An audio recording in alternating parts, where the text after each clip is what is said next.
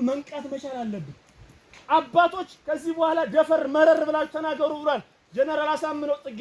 ሳናቀው ጀግናው ብልሁ አስተዋዩ ቀድሞ አሳቢ አርቆ ያየውማ እባካችሁ እንደራጅ። ከ500 ዓመት በፊት ታይቶ ተሰምቶ የማይታወቅ አማራ ሊጠፋ ነው እያለ ሲለፈልፍ ሲጮህ ራሱ አብይ አህመድ ሰዎችን ልኮ በራሳቸው ወገን እንዲገደል አረገ።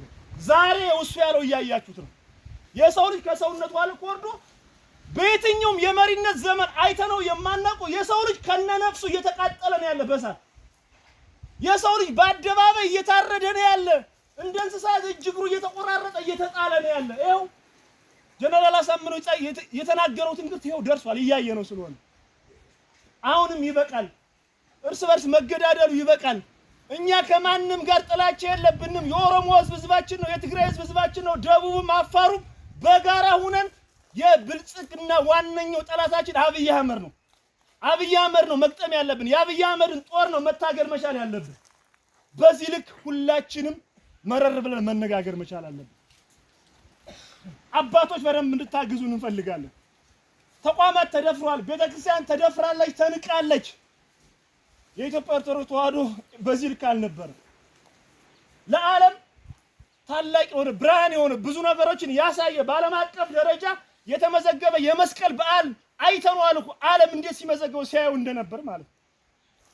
ዛሬ ግን የማንም መጫወቻ ነው የሆነ ያለ። ስለዚህ ለእምነት ካልታገነ እኔ ሙስሊሙ ነው ሙስሊሙ እየተገደለ ተው ካላልኩ ክርስቲያኑ ሲገደል ተው ካላል ምን አለን ታዲያ? እኔም ለምን እኖራለሁ? መናገር መቻል አለባችሁ በደንብ ማለት ነው።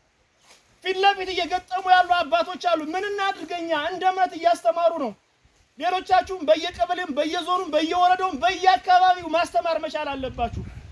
እንደ ለአንዴና ለመጨረሻ ጊዜ ይሄን ክረምት ስርዓቱን ማጥፋት ካልቻልን ማስወገድ ካልቻልን እመኑኝ አሁን ካሳለፍናቸው 3 ዓመት በላይ ሌላ ተጨማሪ ግፍ ነው የሚገጥመው።